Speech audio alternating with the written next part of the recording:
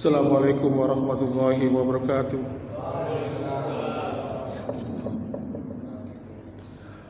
Alhamdulillah, alhamdulillahilladzi hamdan katsiran thayyiban mubarakan fi kama yuhibbu rabbuna wa yarda. Asyhadu an la ilaha illallah wahdahu la syarika lah wa asyhadu anna Muhammadan abduhu wa rasuluhu alladzi la nabiyya ba'da. Allahumma shalli wa sallim wa barik ala Muhammadin wa ala alihi wa ashabihi wa man tabi'ahum bi ihsanin ila yaumiddin. Fa ya ibadallah usikum wa nafsi bi taqwallah faqad fazal muttaqun. Qala ta'ala fi kitabil karim a'udzu billahi as-sami'il 'alim minas syaitonir rajim ya ayyuhalladzina amanu taqullaha haqqa tuqatih wa la tamutunna illa wa antum muslimun. Alhamdulillah, senantiasa kita bersyukur kepada Allah Subhanahu wa taala. Kita senantiasa diberikan kesehatan sehingga dengan kesehatan itu mampu Allah hadirkan raga kita, jasmani kita untuk hadir dalam kegiatan yang diselenggarakan oleh adik-adik pemuda Muhammadiyah Kota Mojokerto. Mudah-mudahan apa yang kita tunaikan pada kesempatan malam hari ini mendapatkan ridha dari Allah Subhanahu wa taala, dan kelak kita juga akan mendapatkan balasan dari Allah berupa kenikmatan akhirat, tidak lain dan tidak bukan adalah kenikmatan surgawi. Sebenarnya baru pertama kali ini saya diminta ngisi kajian untuk pemuda. Kemudian mendadak kemarin saya dihubungi untuk ngisi tentang pemuda juga. Padahal saya merasa sudah tidak muda lagi. Kebetulan di bulan Maret ini alhamdulillah saya ulang tahun, dan insya Allah 4 tahun lagi usia saya sudah mencapai 50 tahun. Jadi merasa tidak muda lagi. Tapi karena di hadapan saya ini banyak pemuda dan pemudi, maka walaupun boleh tua tapi jiwanya, hatinya juga tetap muda. Baiklah hadirin sekalian, pemuda di dalam khasanah bahasa Arab itu sering disebut sebagai syabab, atau dalam istilah yang lain bisa dipanggil fatah. Nah, sabab ini rentang usianya mulai akil balik. Jadi akil balik itu dihitung mulai usia sekitar 10 atau 11 tahun sampai usia 40 tahun. Makanya kalau antara 11 sampai 40 tahun itu masih digolongkan sabab. Makanya kemarin ada seorang ustadz yang pernah cerita ke saya, ada seorang relawan, seorang dokter, ketika dia bersama organisasi kesehatan sosial tingkat dunia melakukan bakti sosial relawan untuk korban perang di negara Suriah. Nah, dokter tadi itu agak dongkol, dipanggil penduduk Suriah itu, hei sabab, hei pemuda, padahal dia waktu itu merasa umurnya 38 tahun, sudah punya anak 6. Wah, aku anak 6 kok dipanggil sabab. Padahal sabab ini penggolongan usianya antara 11 sampai 40 tahun. Oleh karena itu, berkaitan dengan tema yang diminta oleh panitia tentang pemuda ini, maka pada kesempatan malam ini kita memberikan judul kajian ini adalah keutamaan pemuda di dalam Islam. Ketika kita menyebutkan kata pemuda, ada ulama yang mengibaratkan pemuda itu sebagai air. Ada juga ulama yang mengibaratkan pemuda itu sebagai generator. Kalau misalnya kita teliti kembali, kita lihat bahwa segala sesuatu kalau ada air, maka kemungkinan besar 90% pasti akan muncul kehidupan. Seperti kalau kita dulu melihat kisah Nabi Ibrahim mengantarkan istrinya dan anaknya yang baru lahir, yaitu Ismail. Kemudian ditinggalkanlah istrinya oleh Ibrahim itu di tanah yang tandus. Lalu akhirnya apa? Istri dari Nabi Ibrahim ini Dia gelisah mencari kesana kemari air.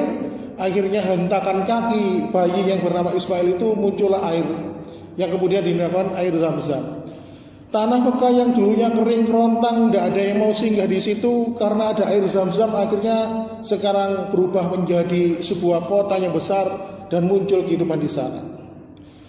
Boleh jadi kita 5 hari nggak makan. Kalau mungkin Pak Januri yang tentara bisa tahu, kalau di hutan nggak makan 3 hari 5 hari mungkin bisa kuat. Tapi kalau 1 hari 24 jam tidak minum air, pasti lemes. Karena apa? Air itu primer, kebutuhan manusia. Oleh karena itu ada ulama terdahulu yang mengibaratkan pemuda itu adalah air. Oleh karena itu sama dengan peradaban. Ketika suatu bangsa, suatu negeri itu mempunyai pemuda dan pemudanya itu benar, maka suatu bangsa itu akan menjadi bangsa yang unggul. Tentunya kalau pemudanya benar loh. Nah, ketika seseorang pemuda itu kemudian dia juga soleh, dalam arti dia itu beriman dan bertakwa kepada Allah, maka Islam pun akan menjadi jaya. Oleh karena itu maka kita jumpai betapa besar Allah itu meletakkan tanggung jawab agama ini kepada para pemuda. Karena para pemuda ini mampu dinilai kuat memikul beban dakwah. Makanya asistennya, orang-orang dekatnya Nabi Muhammad SAW itu pemuda. Oleh karena itu ma'asyiral muslimin wa zumratal mu'minin rahimakumullah. Makanya negara, suatu bangsa yang tidak punya pemuda pasti akan punah. Nah, ada negara yang diprediksi akan punah di masa depan, yaitu negara Jepang. Karena apa? Di Jepang itu tingkat kelahirannya paling rendah. Bahkan ini sudah dikhawatirkan oleh pemerintah Jepang sekarang bahwa nanti mereka tidak punya generasi. Karena apa? Pertama karena generasi muda atau pemuda-pemuda Jepang itu sudah banyak yang rusak. Ya, kelakuannya, pikirannya, gaya hidupnya. Kemudian gaya hidup di sana ketika mereka menikah, sekarang ini ada framing terbaru, child free. Artinya apa? Kita boleh menikah tapi kita tidak usah punya anak. Kalau punya anak itu merepotkan. Nah, karena pola hidup yang demikian, pola dalam memandang kehidupan, akhirnya tingkat kelahiran di Jepang itu rendah. Akhirnya apa? Diprediksi beberapa tahun, puluh tahun yang akan datang, negara Jepang tidak punya generasi penerus untuk meneruskan bangsanya. Makanya begitu juga dengan Islam. Makanya Islam ini memandang pemuda itu sebagai aset yang luar biasa. Oleh karena itu ma'asyiral muslimin wa zumratal mu'minin rahimakumullah, para ulama itu memberikan ibarat perumpamaan. Pemuda itu seperti benda, dan peradaban itu seperti bayangannya. Jadi ketika benda ini lurus, berjalan lurus gini ya, maka peradaban itu juga akan lurus. Ketika pemuda itu benar, baik, beriman dan bertakwa kepada Allah, maka peradabannya juga benar. Tetapi kalau pemuda itu tidak benar, sudah rusak, ya, sudah melakukan kenakalan remaja dan sebagainya, maka peradaban itu bisa menjadi kemunduran. Oleh karena itu ma'asyiral muslimin wa zumratal mu'minin rahimakumullah, makanya kita jumpai orang-orang kafir itu, mereka itu kalau ingin menghancurkan suatu bangsa, suatu negeri, suatu negara, yang dirusak duluan itu pemudanya. Ya, seperti kalau kita melihat, kalau saya dulu lahirnya tahun 70-an, berarti saya masa remaja saya itu sekitar tahun 80-90. Waktu itu lagi booming New Kid on the Block grup. Sekarang trennya sudah dirubah ke Korea, termasuk Korean food dan sebagainya. Mungkin Pak Januri yang punya depot Korea, ya, makanan Korea. Bukan begitu, Pak. Maksudnya framing orang-orang kafir ini untuk apa? Merusak pemuda itu. Diperkenalkan mereka dengan konsep LGBT, ya. Bahkan di antara mereka sudah banyak yang sudah durhaka kepada orang tuanya. Perusakan pemuda itu masih terjadi. Oleh karena itu ma'asyiral muslimin wa zumratal mu'minin rahimakumullah, kenapa orang-orang kafir itu kok sangat bernafsu merusak pemuda? Karena mereka tahu Islam itu akan jaya, Islam itu akan menang kalau pemudanya adalah pemuda-pemuda yang berkualitas, yang mempunyai iman yang kokoh. Jadi Islam ini pertama kali ditegakkan juga karena pemuda. Dan zaman Nabi dulu, ketika yang awal-awal masuk Islam itu juga para pemuda. Karena Allah tahu beban berdakwahnya Rasulullah itu berat, makanya para pemuda ini dijadikan asistennya Rasulullah untuk membantu beliau dalam berdakwah. Oleh karena itu, dalam hal ini agama ini sangat berhutang banyak kepada para pemuda. Karena apa? Karena pemuda itu diibaratkan oleh para ulama sebagai air, sebagai sumber dari kehidupan. Maka ulama yang lain mengatakan, berpendapat pemuda itu ibaratnya adalah sebagai generator yang menggerakkan. Jadi kalau yang tua-tua menggerakkan mungkin jalannya lambat, tapi kalau yang muda-muda menggerakkan maka akselerasinya semakin bertambah. Oleh karena itu, ma'asyiral muslimin, bukankah Ibnu Abbas, Abdullah bin Abbas, anak dari pamannya Nabi, dalam sebuah riwayat Imam Ibnu Abbas ini umurnya 9 tahun, dalam riwayat yang lain juga umurnya 13 tahun. Di mana Ibnu Abbas ini kemana-mana selalu ikut Rasulullah, ngintil kemana-mana, ngikut, merekam aktivitas Rasulullah, dan banyak menyampaikan hadis. Bukankah Ibnu Abbas itu juga pemuda, usianya 9 atau 13 tahun? Dan waktu itu ada sebuah hadis yang cukup masyhur yang berkaitan dengan Ibnu Abbas ini. Ketika Ibnu Abbas ini mendapatkan wasiat dari Rasulullah SAW, ketika dia dibonceng Rasulullah naik keledai di belakangnya, terus Rasulullah berwasiat, hadis ini dalam riwayat Imam Tirmidzi, ya gulam ini wa'alimuka kalimat ihfadilah yafatka ihfadilah tajidu tujahaka. Wahai bocah, wahai anak, wahai ngger, kata orang Jawa, aku ingin memberikan satu kalimat, mengajarkan kalimat kepadamu, ihfadilah yafatka. Jagalah Allah, niscaya Allah akan menjagamu. Ihfadilah tajidu tujahaka. Jagalah Allah, niscaya Allah akan senantiasa berada di hadapanmu. Lalu Rasulullah melanjutkan, apabila engkau meminta pertolongan, maka mintalah pertolongan kepada Allah Subhanahu wa taala, dan sebagainya. Sampai kita memohon yang sekecil-kecilnya kepada Allah, sampai Rasulullah itu memberikan sebuah gambaran, kalau misalnya sendalmu hilang, mintalah kepada Allah. Dan ini diajarkan kepada Ibnu Abbas. Dan secara khusus Ibnu Abbas ini pernah didoakan oleh Rasulullah, ya Allah, jadikanlah Ibnu Abbas ini sebagai seseorang yang ahli dalam menafsirkan Al-Quran. Nah, waktu ketika Rasulullah SAW mendapatkan wahyu, turun surat An-Nasr. Tahu surat An-Nasr itu apa? Ketika Rasulullah mendapatkan surat An-Nasr, para sahabat itu berusaha mentakwil, menafsirkan. Abu Bakar menakwilkan begini, Umar begini, sahabatnya begini. Tapi Ibnu Abbas yang waktu itu umurnya masih belia, 13 tahun, saya nggak setuju. Dengan turunnya surat ini, maka tugas kerasulan Muhammad akan segera berakhir. Kalau misalnya tugas Rasulullah sudah berakhir, maka beliau akan meninggal dunia. Para sahabat yang lain geram, kamu itu masih bocah kok, ngomongnya begini-begini. Akhirnya apa? Sahabat senior Umar bin Khattab itu menggandeng tangannya Ibnu Abbas, dibawa ke hadapannya Rasulullah. Ya Rasulullah, sesungguhnya Ibnu Abbas tadi ketika membahas surat An-Nasr, dia mengatakan demikian, demikian, demikian. Padahal kami ini semuanya mengatakan demikian, demikian. Lalu Rasulullah mengatakan, kalian semua itu salah. Artinya apa? Tafsirnya para sahabat itu salah, kata Rasulullah. Yang benar adalah dia. Dan dalam sebuah riwayat disebutkan, selang beberapa bulan kemudian, setelah turunnya surat An-Nasr ini, Rasulullah SAW akhirnya wafat.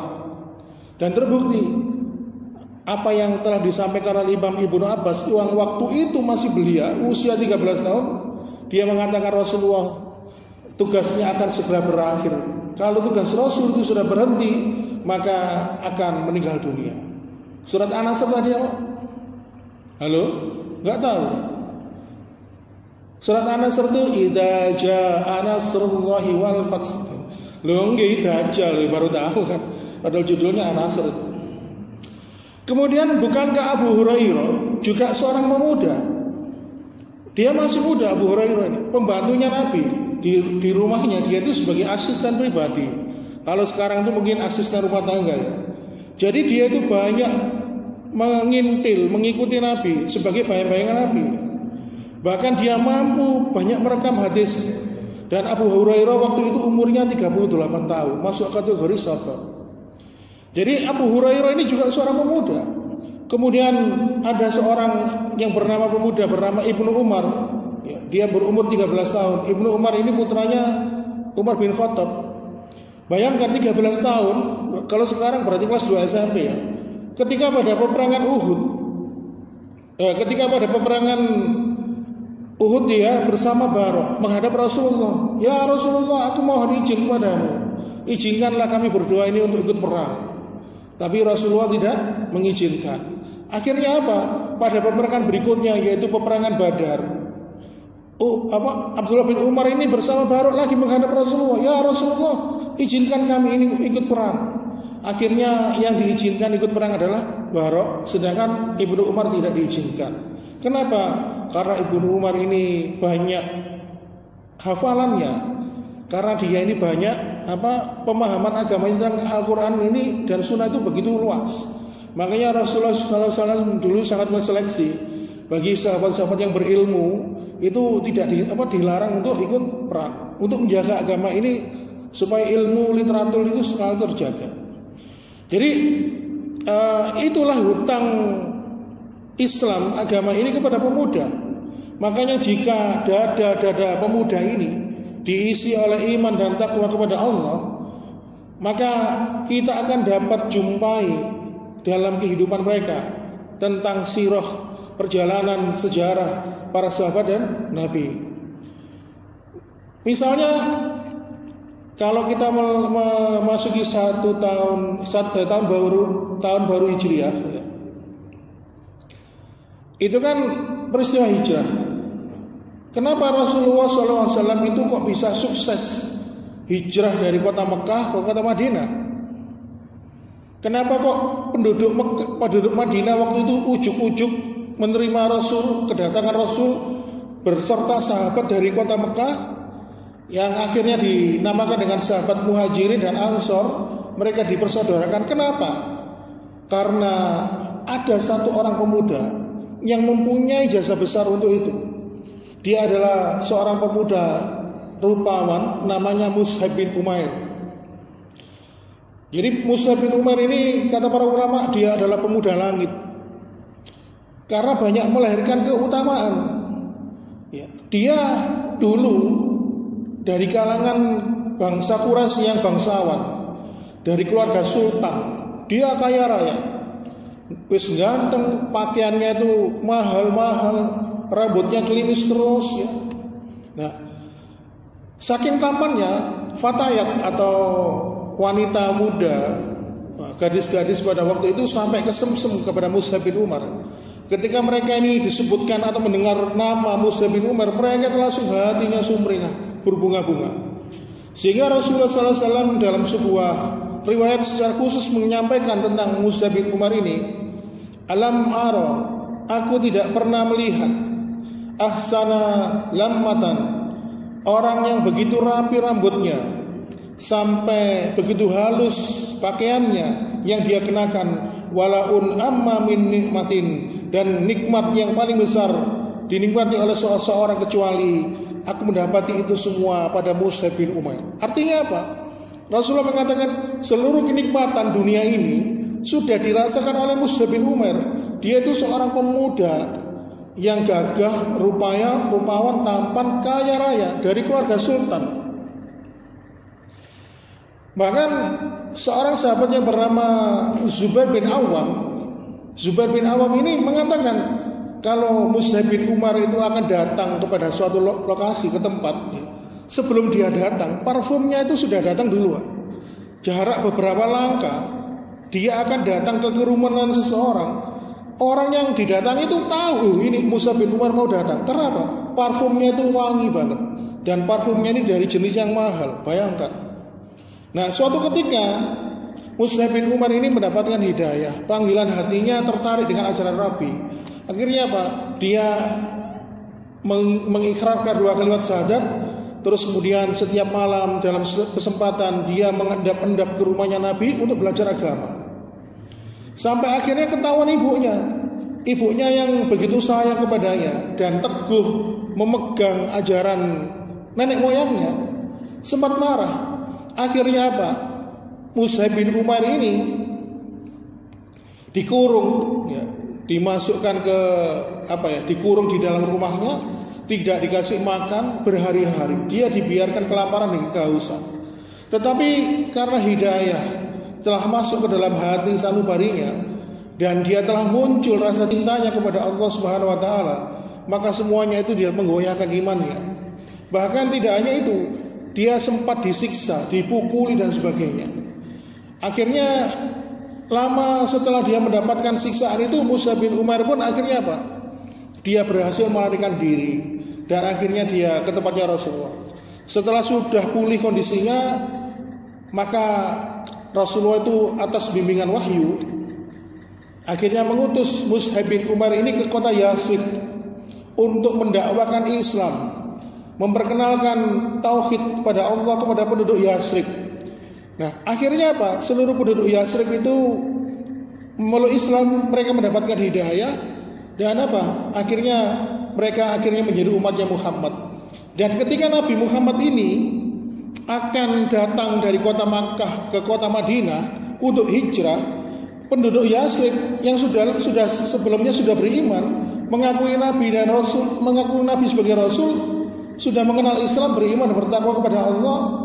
Ketika mendengar kedatangan Rasulullah ke kota Madinah untuk hijrah ke kota Yathrib, mereka menyambut gembira dengan hati yang berbunga-bunga. Akhirnya setelah Rasulullah SAW berpindah tempat dari kota Mekah ke kota Madinah, akhirnya kota Yathrib itu pun berubah nama menjadi kota Madinah.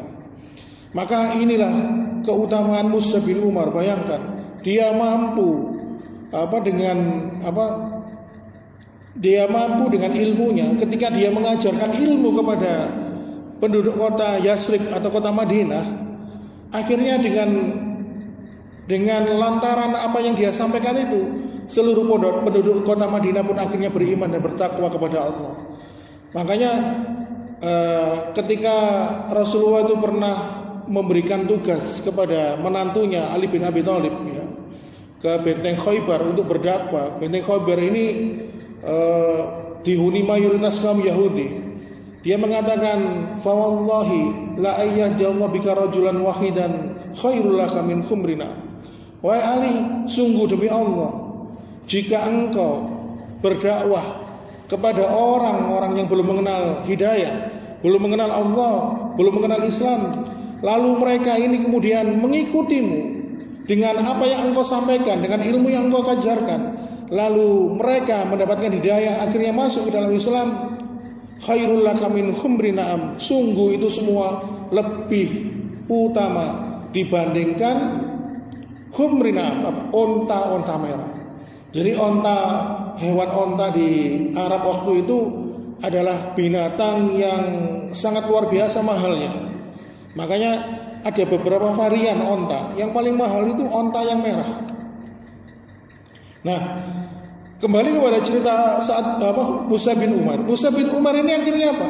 Seorang pemuda begitu berjasa, bisa memuluskan tugas Rasulullah SAW dari Allah untuk berhijrah dari kota Mekah ke kota Madinah. Semua ini atas peran dari Mus'ab bin Umar. Kemudian Mus'ab bin Umar ini juga punya sahabat, teman karib, juga dari kalangan sultan, juga dari kalangan bangsawan, dari suku Quraisy, namanya Sa'ad bin Abi Waqqas. Mereka ini pantaran, usianya sekitar 17 tahun. Nah, kalau Sa'ad bin Abi Waqqas ini, kalau orang Jawa bilang itu sik mambu dulur jadi mambu dulur sama dengan Nabi. Jadi sukunya ini rasnya ini masih berdekatan. Nah, ibunya yang bernama Hammah, kalau nggak salah yang pernah saya baca ini, teguh memegang ajaran nenek moyangnya. Ketika mendapati anaknya Sa'ad bin Abi Waqqas, anak yang disayangi, yang dicintainya, dia mengikuti ajaran Muhammad, ibunya begitu murka. Ibunya begitu murka. Karena apa? Dia merasa dikhianati oleh anaknya. Terus akhirnya apa? Ibunya ini menyangka memang saat Abi Waqqas ini sangat mencintai ibunya, sangat menghormati ibunya. Akhirnya apa? Ibunya ini mengancam mau gok makan. Wahai putraku, jika engkau tidak melepaskan ajaran Muhammad, maka aku tidak akan pernah makan dan minum. Biarkanlah aku mati kelaparan. Karena Sa'ad bin Abi Waqqas mendapatkan hidayah dari Allah, sudah muncul rasa cintanya kepada Allah, maka Sa'ad bin Abi Waqqas pun tidak goyah. Walaupun ibunya ngancam tidak makan dan minum, dia dalam sebuah riwayat mengatakan, wahai ibuku, jikalau engkau mempunyai 70 nyawa dan nyawa itu satu persatu keluar dari tubuhmu, maka aku pasti dia akan pernah meninggalkan ajaran yang telah dibawa oleh Muhammad sallallahu alaihi wasallam. Akhirnya apa? Karena keteguhan hatinya, akhirnya ibunya baru menyadari. Nah, ini contoh pemuda. Bayangkan 17 tahun, Pak. Kemudian ada lagi kisah yang lain, seperti kisahnya pemuda yang namanya Zaid. Zaid ini kebetulan dia, kalau tadi itu dua pemuda sultan, ya, Mus'ab bin Umar dan Sa'ad bin Abi Waqqas. Kalau ini kebalikannya, Zaid ini pemuda yang miskin. Wis miskin, elek, ireng, ya, pede, pentang dedek. Ya, sampai usia 30 tahun dia itu belum nikah. Karena dia minder, pekerjaannya juga serabutan, dia tidak punya banyak uang, bajunya dipakai ya itu aja, cuci kering pakai. Nah, kemudian pada suatu ketika dia bertemu dengan Rasulullah. Lalu Rasul bertanya, kenapa engkau belum menikah? Wahai Rasul, siapa yang mau? Gadis mana yang mau sama aku? Aku ini sudah tidak tampan, aku ini jelek, aku ini miskin. Kebetulan postur tubuhnya juga agak sedikit pendek ya. Wis ireng, elek, awake pendek, ya, badannya nggak tinggi maksudnya. Akhirnya apa?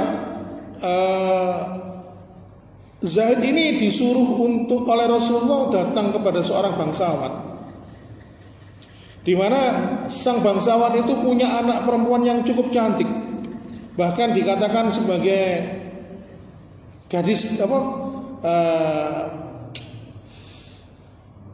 anak yang tercantik di daerah itu, namanya Zulfah. Lalu kemudian Zaid ini datang ke rumah itu, menemui orang tuanya.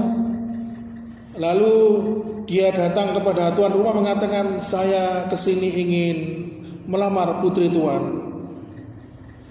Terus melihat perawakannya Zaid seperti itu, si tuan rumah yang dikenal kaya raya kaget, sedikit meminjingkan mata.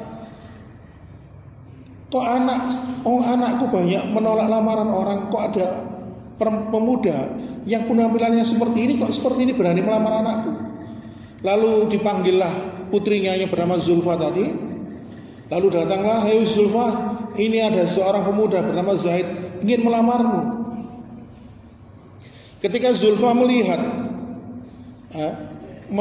Zaid ini secara fisik, dia menangis. Wahai ayahanda, engkau sendiri tahu banyak putra raja, putra bangsawan yang meminang aku menolaknya. Lalu sekarang ada datang seorang pemuda dengan keadaan seperti ini. Lalu akhirnya apa? Dengan tertunduk malu, dengan perasaan minder, Zaid pun mengatakan, baiklah kalau begitu, saya nanti akan sampaikan kepada Rasulullah kalau putri tuan menolak lamaran saya. Nah, ini bedanya orang beriman sama enggak. Ketika Zulfa mendengar Rasulullah, lalu tunggu, kamu tadi kok mengatakan Rasulullah, ada apa dengan Rasulullah? Lalu Zaid mengatakan, sesungguhnya saya datang ke sini untuk melamar engkau Zulfa, itu atas perintah Rasulullah. Lalu 180 derajat Zulfa berubah. Baiklah, kalau memang itu perintah dari Rasulullah, maka aku menerima lamaranmu. Aku ingin siap menjadi istrimu. Bayangkan, karena orang beriman itu disebutkan oleh Allah Subhanahu wa taala di surat An-Nur ayat 51, sami'na wa ata'na. Kalau Rasulullah sudah mengatakan demikian, mereka tidak ada hal yang lain kecuali sami'na wa ata'na, menurut. Lalu akhirnya apa? Ditetapkanlah waktu pernikahan antara Zaid dan Zulfa. Dan akhirnya apa? Rona kebahagiaan wajahnya memancar dari wajahnya Zaid ini. Dan ketika ditentukan nanti malam Zaid dan Zulfa ini menikah, ternyata siang harinya Rasulullah SAW menyampaikan mobilisasi. Mobilisasi itu pengumuman bahwa kita akan berperang melawan kaum kafir, orang-orang musyrikin. Lalu Zaid pun mengatakan, aku ingin ikut perang. Akhirnya apa? Zaid ingin ikut perang. Dan ternyata para sahabat yang lain mengatakan, loh, bukankah kamu nanti akan menikah dengan gadis pujaan hatimu? Engkau akan berbulan madu dengannya, dengan cewek atau gadis yang kau puja. Lalu apa? Zaid pun tetap memaksa ingin melaksanakan perang. Dia mengatakan kepada Rasulullah SAW ingin berperang. Dan ternyata ma'asyiral muslimin wa subhanatal mu'minin rahimakumullah, Zaid ini lebih mementingkan panggilan jihadnya. Jihadnya itu lebih dipentingkan dari segala kenikmatan duniawi yang dia rasakan. Dan akhirnya apa? Ketika dalam peperangan itu Zaid pun akhirnya ditakdirkan oleh Allah meninggal dunia dalam keadaan mati syahid. Dan Zaid pun sebelum berangkat perang, ketika dia menyampaikan pada sahabat dia tidak ingin menikah, saya lebih memilih panggilan jihad, karena Zaid ini menyitir surat At-Taubah di ayat yang ke-24. Di situ Allah Subhanahu wa taala juga menyindir kita, mungkin demikian. Qul in kana aba'ukum wa abna'ukum wa ikhwanukum wa aswajukum wa asiratukum wa amwalun iktaraftumuha wa tijaratun takshawnaha kasadaha wa masakinu tardawnaha ahabba ilaikum minallah wa rasulihi wa jihadin fisabilihi fatarabbasu hatta ya'tiyallahu bi amri wallahu la yahdil qaumal fasikin. Katakanlah, jika bapak-bapakmu, anak-anakmu, saudara-saudaramu, istri-istrimu, keluargamu, harta kekayaanmu yang kamu usahakan, perdagangan bisnis yang kamu khawatirkan kerugiannya, dan rumah-rumah mewah yang engkau tinggali, dan lebih kamu cintai daripada Allah dan Rasulnya, serta berjihad di jalannya, maka tunggulah sampai Allah memberikan keputusannya, dan Allah tidak memberi petunjuk kepada orang-orang fasik. Jadi ketika Zaid mengatakan pada sahabatnya, aku lebih memilih panggilan jihad, dia menyampaikan surat At-Taubah 24 ini. Dan akhirnya apa? Zaid pun meninggal dunia dalam peperangan itu. Dan Rasulullah SAW waktu itu langsung melihat, dalam sebuah riwayat disebutkan mendung, langitnya itu tiba-tiba mendung, dan lihatlah, kata Rasulullah, Zaid dijemput oleh bidadari yang lebih cantik wajahnya dari Zulfa. Lalu Rasulullah SAW mengutip surat Ali Imran ayat 169, wala tasabannal ladzina qutilu fi sabilillahi amwat bal ahya'un inda rabbihim zurzakun. Dan janganlah sekali-kali kamu mengira bahwa orang yang gugur di jalan Allah itu mati. Sebenarnya mereka itu hidup di sisi Tuhannya, dan mereka juga mendapatkan rezeki. Maka pada saat itulah jamaah sekalian, ma'asyiral muslimin, para sahabat yang menyaksikan itu, juga termasuk Zulfa, mendengar kabar ini, mereka terharu menangis. Dan Zulfa pun berkata, ya Allah, alangkah bahagianya calon suamiku. Jika aku tidak bisa mendampingi dunia ini, ya Allah, maka izinkanlah aku nanti bisa mendampinginya di kelak di akhirat bersamanya. Oleh karena itu, inilah pemuda, kalau di dalam hatinya, di dalam dadanya sudah tertanam iman dan takwa kepada Allah, maka dia lebih mementingkan panggilan-panggilan yang lebih besar. Padahal pemuda itu punya banyak keinginan, punya banyak angan-angan, harapan, dan idealisme. Kalau kalau tidak punya angan-angan, harapan, idealisme, itu bukan namanya pemuda ya. Kalau tidak punya keinginan ya namanya orang tua. Karena apa? Orang tua itu pinginnya cuma satu, ingin mati dalam keadaan husnul khotimah. Makanya namanya pemuda, karena dia ini masih muda, punya banyak angan-angan, keinginan, harapan. Oleh karena itu, secara garis besar pemuda ini dibagi dua. Yang pertama yaitu mereka pemuda yang beriman dan bertakwa kepada Rabb-Nya. Nah, orang pemuda yang beriman dan bertakwa ini disebutkan oleh Allah di surat Al-Kahfi ayat 13, Fityatun amanu bi rabbihim. Mereka adalah pemuda-muda yang beriman kepada Tuhan mereka. Nah, pemuda yang beriman itu pasti punya harapan, tapi harapannya bukan yang receh, bukan yang remeh. Kalau pemuda yang nggak beriman, harapannya ya seputar memenuhi keinginan berbuat syahwat, memenuhi keinginan hawa nafsu. Saya ingin punya Apple seri 13, saya ingin punya mobil Lamborghini atau mungkin Mercedes-Benz. Setelah itu saya ingin mobil Ferrari. Saya ingin berkenalan dengan cewek itu yang cantik, primadona kampus. Aku ingin berkenalan dengannya, aku ingin menaklukkan hatinya. Atau keinginan-keinginan lain, saya ingin mendaki bukit yang tinggi di Himalaya. Sifatnya duniawi. Tapi kalau pemuda itu di dalam hatinya dia beriman dan bertakwa kepada Allah, maka keinginannya luar biasa.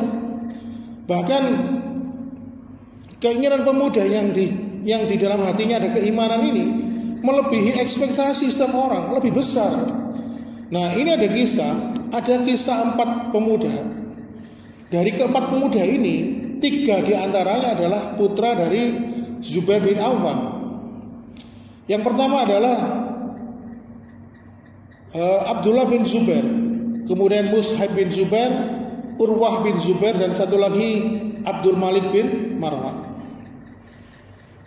Ketika 4 pemuda ini berkumpul di salah satu bagian Ka'bah, Rukun Yamani, pembicaraan mereka awalnya sih ngalor ngidul, tapi akhirnya pembicaraan itu menjadi pembicaraan yang serius.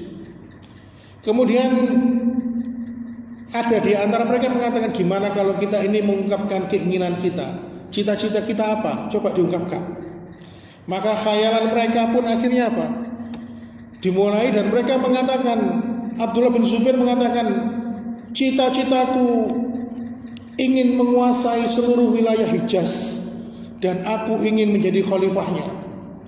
Kemudian saudaranya Mus'hab bin Zubair menyusulnya, keinginanku adalah dapat menguasai 2 wilayah Irak dan tidak ada yang dapat merongrong kekuasaanku. Lalu kemudian giliran Abdul Malik bin Marwan mengatakan, bila kalian berdua sudah merasa cukup dengan itu, maka aku akan lebih dari kalian. Aku tidak akan puas sebelum menguasai seluruh dunia ini dan menjadi khalifah setelah Muawiyah bin Abi Sufyan. Nah, ada satu sahabat, seorang pemuda yang namanya Urwah bin Zubair. Dia diam seribu bahasa. Lalu ketika pemuda yang lain mengandung, lalu kamu apa cita-citanya? Dia sempat tidak menjawab, diam sejenak, didesak oleh yang lainnya, apa cita-cita kamu? Lalu Urwah bin Zubair pun mengatakan, akhirnya apa? Seluruh 3 pemuda tadi dengan mendekat mendengar apa yang ingin disampaikan oleh Urwah bin Zubair. Urwah bin Zubair mengatakan demikian, bagaimana denganmu? Maka beliau mengatakan, semoga Allah Subhanahu wa taala memberkahi semua cita-cita kalian untuk urusan dunia kalian. Aku ingin menjadi orang alim. Maksudnya Urwah bin Zubair ini ingin menjadi seorang ulama.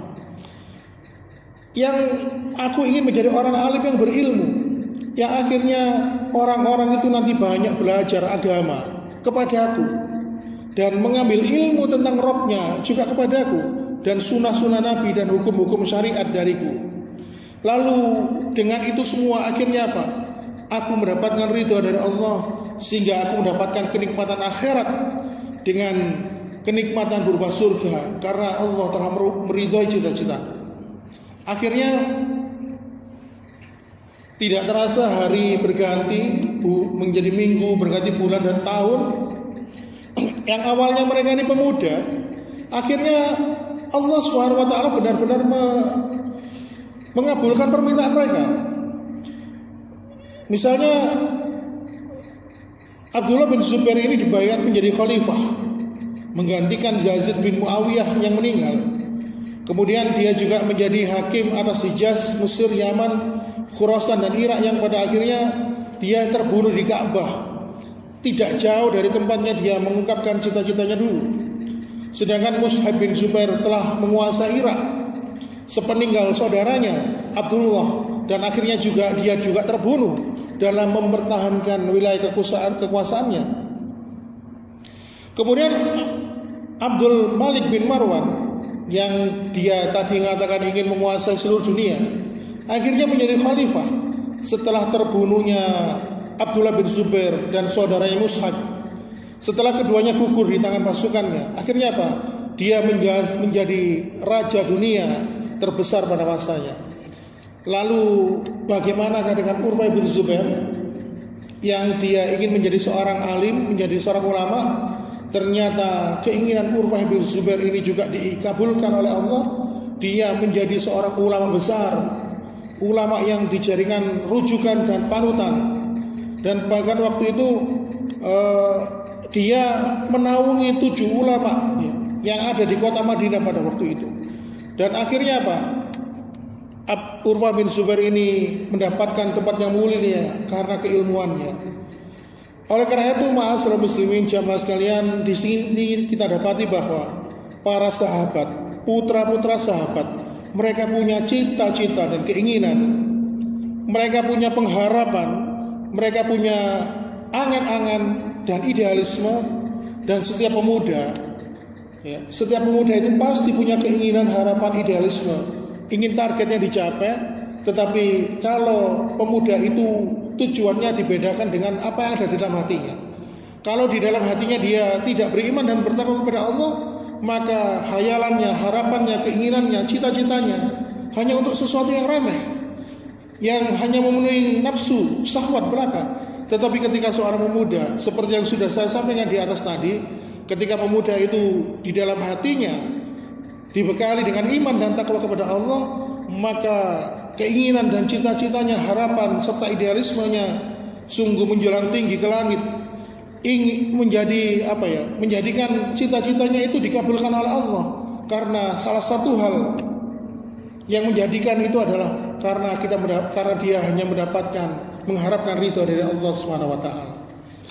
Alhamdulillah sudah memasuki waktu Isya. Insya Allah sudah cukup pembahasan kita pada kali ini. Mohon maaf bila ada kekurangan. Mudah-mudahan Allah Subhanahu wa taala memberikan kepada kita agar dapat mengambil pelajaran dari apa yang barusan kita sampaikan. Sekali lagi mohon maaf dan saya akhiri. Wassalamualaikum warahmatullahi wabarakatuh.